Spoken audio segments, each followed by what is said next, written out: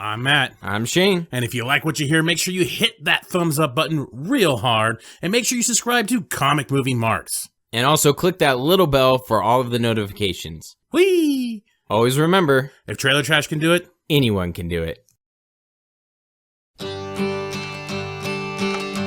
Come gather round, people, wherever you roam. All I'll tell you is that, you know, it's done. The hundreds of thousands of people who are demanding the Snyder Cut, it doesn't exist. But why does anyone care about the Snyder Cut still? It's like, who cares? It's over. Everyone cares. But no, there's I know. Christian, I the know. internet. I'm just so. It's like I don't No, I care. get exactly what you're saying. And don't speak too soon, for the wheel's still in spin. It's going to be a longer version of that same movie we saw. No. It's very. It'll be very different because It's not like the extended BvS. Yeah, it's a yeah. different This is film, all the stuff- supposedly. It's totally no. He Snyder Cut. It doesn't exist. and now he's out there getting some attention for this because people did want to see this, Right. Including me. I would prefer his Justice League over what we got in theaters because what I heard, what he said, Darkseid killing Lois, Batman sending Flash to go warn him. his movie sounded like it would have been 1,000 times better. It'd been but awesome. Oh, the times they are a-changing. There could be something where you can add it like a special edition Justice League or special edition whatever, and you attach the Snyder Cut. If WB was smart. Yeah. Well, I'm not saying if they were. I'm saying a smart thing for WB to do would be to add that cut to Justice League. This is what's interesting. I think Zack Snyder, I think he's in, I'm with him on this. Yeah? Batman v Superman is and has been inching higher and higher with me. I am enjoying that movie more and more when I watch it. I just loved what he was doing. It felt so different from Marvel. And I appreciated the giant swings he was taking. That Batman v Superman was dark as shit. And I dug it. I will admit something to you, and this is no lie. Yeah. Since Aquaman and Shazam, I have grown in my appreciation of BvS. Yeah. Oh, the times they are a-changing. hello and welcome everyone to another Comic Movie Marks video. Woo! We got a lot more Snyder Cut news yet again. It doesn't seem like any of this is going away anytime soon, so here we are to talk about it later than everyone, per usual. Well, some of these things we actually might have the hot scoop. Not really. Not really at all. Yeah, we got some various different things that happened in the I guess the Snyder Cut world. So as you saw in the intro, Collider's kind of changing their tune, which is a new feature. It's only two guys, but for the most part, they're changing their tune. That's a good start. Yeah, especially on something as well known as Collider, to have two guys with a difference in opinion on there, I thought was really cool. And I really dug this video and this the round table, I guess. I'm not too familiar with this show. Pretty solid stuff. I enjoyed a lot of the things that they were talking about. Actually, the biggest part that fired me up was when the one gentleman, don't know his name, he's in the glasses and a hat, says something along the lines of, ever since Aquaman and Shazam, I've really started to appreciate Batman vs. Superman. That part right there, I was like, exactly. When Marvel pumps out all of these movies over and over again, and then now DC, even though Shazam probably should have been that way, but that's for another time, now DC's kind of following in that same vein, you start to realize, maybe Snyder was onto something. He was doing something different. He was trying to do something different. So that part right there, I was like, fuck, finally, people are getting it. As we've said before in the past, we even have a video on it, Batman vs. Superman is probably going to become a cult classic. Same also with Man of Steel. People will eventually, I think, come around to this. They just need to actually watch the Ultimate Edition, maybe sit back and look and like, you know, we have all these different comic book movies that kind of all feel the same lately. But then there was this one little part here where they weren't the same. They were very, very different. And tonally, very different. Characters were treated very differently. Neither one of us really ever follow Collider. People tag us in their videos sometimes to listen to them. Every once in a while I listen to it. I really don't care what they say. I'm always down for hearing opposite opinions. I'm cool with that, and I've listened to several videos with differing opinions. But when it's structured reasonably and makes sense, but the way they just do stuff is, especially when it comes to the Snyder Cut, there's this thing with the Snyder Cut. A lot of people honestly don't have a clue what the fuck they're talking about. And I don't want to make it sound like a conspiracy theory thing, because obviously it's been proven it exists. Zack Snyder himself says it exists. Several other people said it exists as well. It really shows when you see people talk about the Snyder Cut, whether or not they actually were following the information. Even like in that most recent Kevin Smith video, where he was talking about, he talked to some guys that were kind of behind the scenes and stuff, and they were doing this and that. He's like, you know what they refer to it as? Justice League. Sit the fuck down. It's been called Justice League since November 18th, of 2017. You're just now getting this information, Mr. Smith, but it was kind of telling, like, okay, yeah, you haven't really followed this, and I don't expect a lot of people to. No. If you don't care. But when you start talking about it, you should really, really do your best to bone up on that information, because it makes you look stupid. Hopefully people will come around and follow this. And this is what we have been saying for so long, that I don't understand why people aren't intrigued by the story, but behind the scenes of a movie, especially a big movie like Justice League. Like, why wouldn't you want to know that? Like, I am so ready for the documentary that comes out probably way down the line of what happened between those 3 to 4 years. You know, between Man of Steel and Justice League, and even after that, when some of those people started getting removed from their positions. There's like a huge documentary there somewhere, and somebody will eventually come out with one, and it's going to be a very entertaining one to see who did what, who suggested what, where did the fuck-ups come from, the panic that ensued after Batman versus Superman. It's going to be one hell of an intriguing documentary. And I'd never understood why people haven't followed the Snyder Cut for the most part. Maybe you don't like the movie. Maybe you don't like Snyder. But if you're interested in movies, I kind of feel like you would be interested in the behind the scenes of this. Like, what happened? Yeah, it's been really nice to see people who are kind of coming around a little bit more to being intrigued by the Snyder Cut, to appreciating Batman vs. Superman. Even in the Collider video, the one guy says, you know, the more I watch Batman vs. Superman, the more I enjoy it and I can appreciate it. Also, what speaks volumes is someone, I'm just going to throw out John Campea as an example, who defended Batman vs. Superman, but then they come across in a lot of their other videos as just a shill of, oh, I'm just going to speak something to gain views and follow the popular side of, oh, Marvel and all this stuff. But when members of Collider start coming around to Batman vs. Superman and maybe even some other people down the road, I think it only is a positive for the Snyder Cut movement. More and more people are going to be interested in it, and I think that will just continue the momentum. What did you think? We're all just going to get on board, hold hands, and sing Kumbaya? Next, we got a voice and possibly a face now to Darkseid.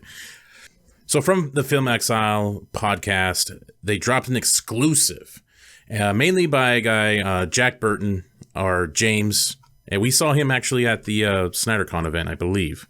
And he dropped this information. He's been sitting on it for a little bit.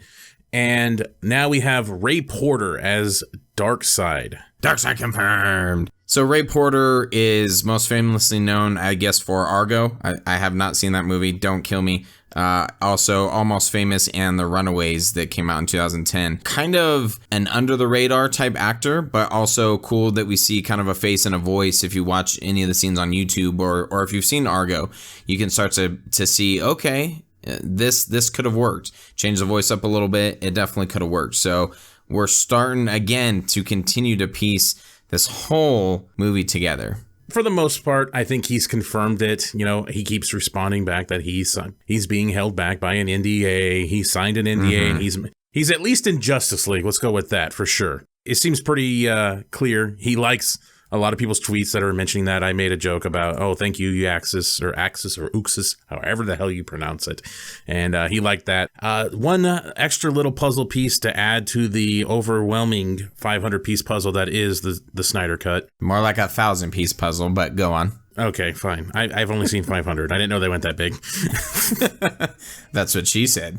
Move this man!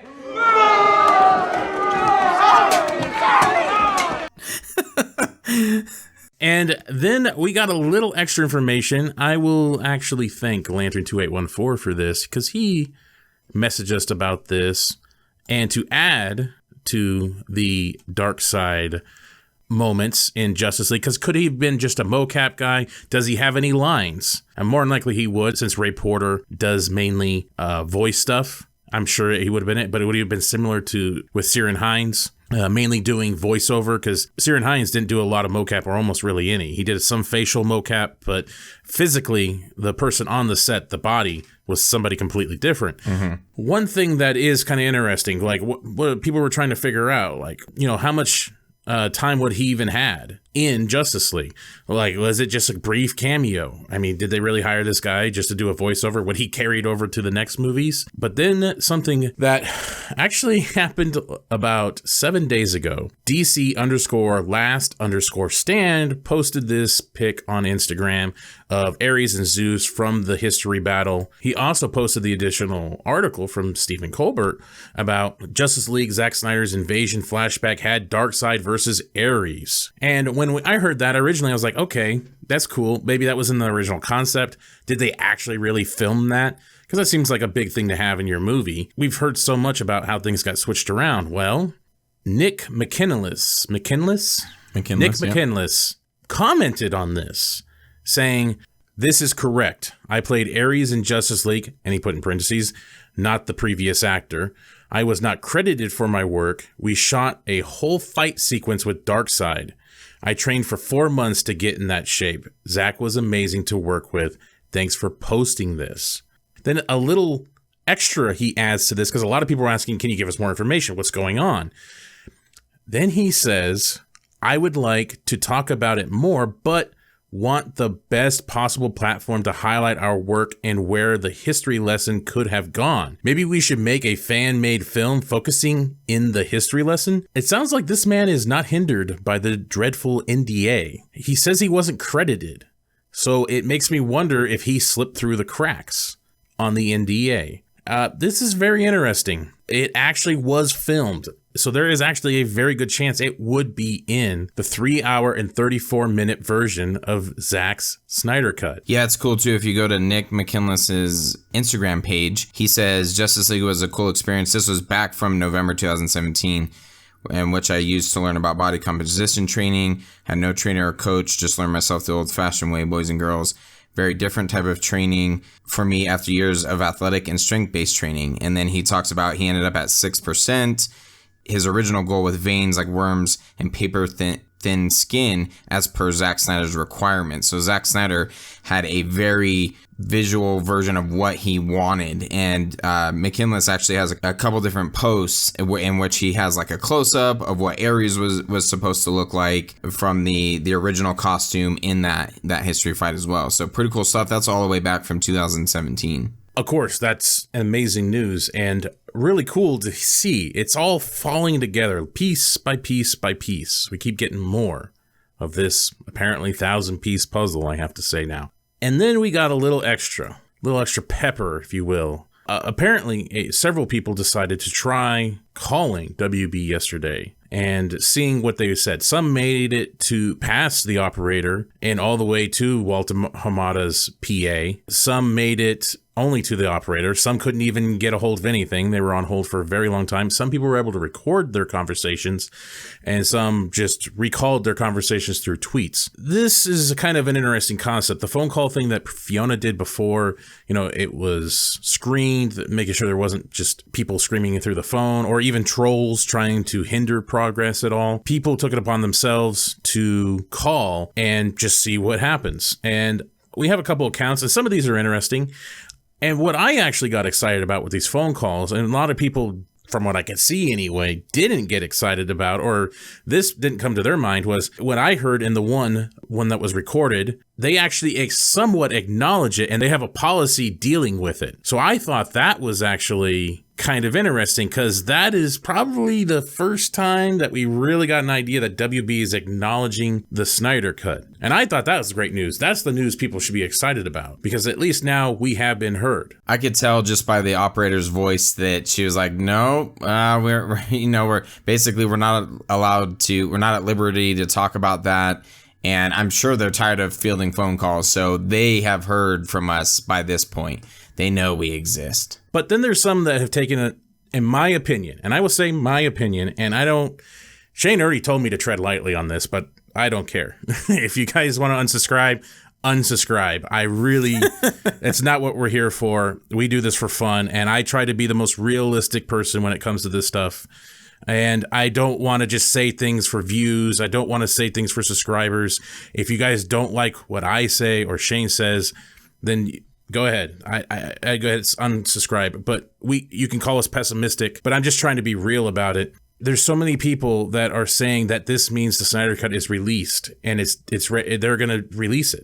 And I don't understand where that concept came from, because in the video they talk about until we can't make an announcement, or we can't speak about it until we release it to the trades. Trades being whatever they choose as either Hollywood Reporter, Variety, Deadline, The Wrap, whatever. One of those organizations, media, that they want to give their message to. That's what they meant by trades. Cool.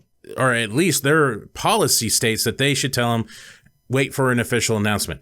That one doesn't mean that we're going to get an announcement anytime soon whatsoever. And two, it doesn't necessarily mean it's good. That was the one thing that kind of blew me away. Yeah, we got a 50-50 shot, but it could be bad. It could be that they come out with an official statement saying, we have no desire to proceed with an alternate cut of Justice League. Thank you for your response and loyalty to Justice League, but for now, we are not going to release that version. And they could say that. That could be a literal response one day. And no one seemed to grasp that it could be negative. It could be completely a gut punch. And I was just really, really surprised by that. There's some people saying they talked a little bit extra to the operator, not the personal assistant of Walter Hamada, but an operator, the person fielding calls and been dealing with a lot of shit all day. Are we going to be happy? Yes. Whoop-de-doo! The Snyder Cut has been so heavily debated, and because Warner Brothers is keeping it tight-lipped, but now all of a sudden an operator is going to know what's going on? That doesn't make any sense. So before, it was only the highest people up, Zack Snyder himself and people dealing with Zack Snyder that probably even knew about the Snyder Cut. But now it's gotten to a point where the chick at the front desk knows about it, and she knows exactly what the announcement's going to be. That makes no sense. If it happens, I'll eat crow, whatever. Just mind-boggling to me that people took it so serious and took it almost to the absolute 100% positive way. I actually took the trades comment as more of maybe stockholders or something like that, but along the same lines of that they have to go through the channels, they have to talk about what are the legalities, what could be possible repercussions, things like that. How are we going to navigate our way through this? Or, not necessarily looking for approval, but hey, we're going to do this type of thing moving forward. I'm not really sure. It definitely could be avenues of the media. It's not right around the corner, and I think that's what people are misinterpreting. That a lot of people think it's right now. It's right around the corner. We could be wrong. But yeah. I completely agree with Shane. It's not. I don't believe it's right around the corner. Yes, the SnyderCon event probably really propelled things and made them start really questioning things. But something like that is not going to turn on a dime. There's just too much at stake. Did you say steak? No, mistake. Oh, see, now you got me all excited. Even at the point when, we had the video, we included it at the beginning of this episode of him at SnyderCon, Zack Snyder saying it's done. I don't think that necessarily means that it's done to what a lot of people are like, oh, look, see, he's got the Blu-rays at his house. They can mail them out. It's just Warner Brothers holding off. No, even we've talked about it. Matt asked, and we know that there are pieces of visual effects that aren't quite done. We're almost positive that Junkie XL didn't get to do anything. He didn't get to apply his score to the movie. There's a temp score in which they used old Hans Zimmer stuff for those spots, because that's what the temp score guy does. But he may have composed some of the stuff, but he never was able to apply it to the movie. Even to the point when they decide, yes, we are going to release this, Warner Brothers did the same thing with Richard Donner. When they decide, okay, we're going to release this, then they gave Richard Donner a small budget and said, okay, start working on your version of this movie, piecing it all together. He had to go, dig everything out of a shed, piece it together as best as possible, and then release it. A vault, whatever, a shed, a vault. It looked like a storage shed from what I remember. And speaking of the Donner cut, I just wanted to read something. This is something that we could expect sometime as an announcement. Now, this came from Jim Cardwell regarding the Superman 2, the Richard Donner cut. And it said, Warner Home Video is supportive of an extended version of Superman 2 on DVD. However, there are complex legal and creative issues that need to be resolved before the film can be re-released. Warner Home Video is presently addressing these issues. Ooh, that's a bingo. That is the kind of announcement we might get. Yes, it could be positive and say, yeah, we're looking into it, but there could be legal issues, there could be creative issues, and with Snyder, I'm sure there's creative issues.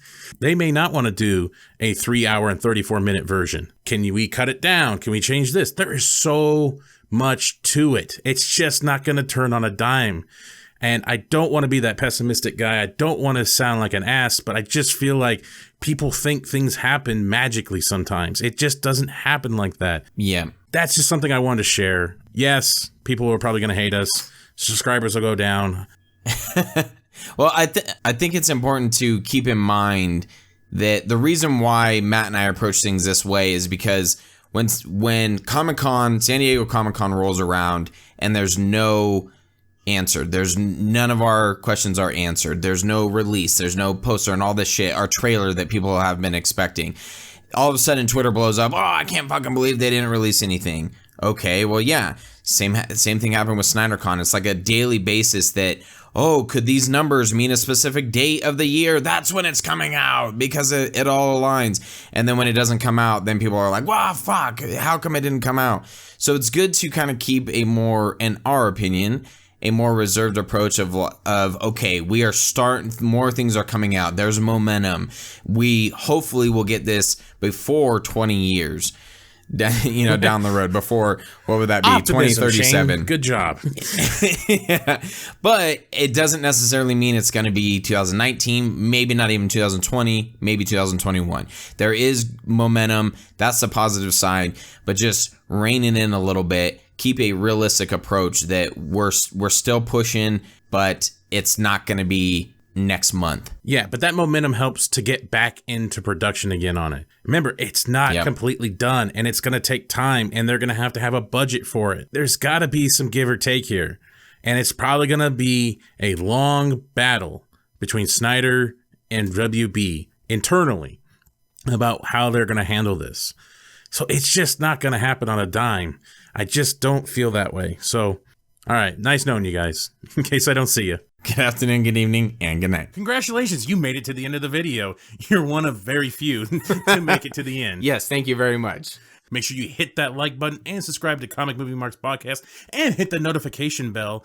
All these fucking YouTube channels say this shit, so I'm going to say it now. Yes, it's perfect. And if you want to hear our full podcast, you can check out our podcast on iTunes or any other podcast subscription service. Make sure you subscribe. Thanks again.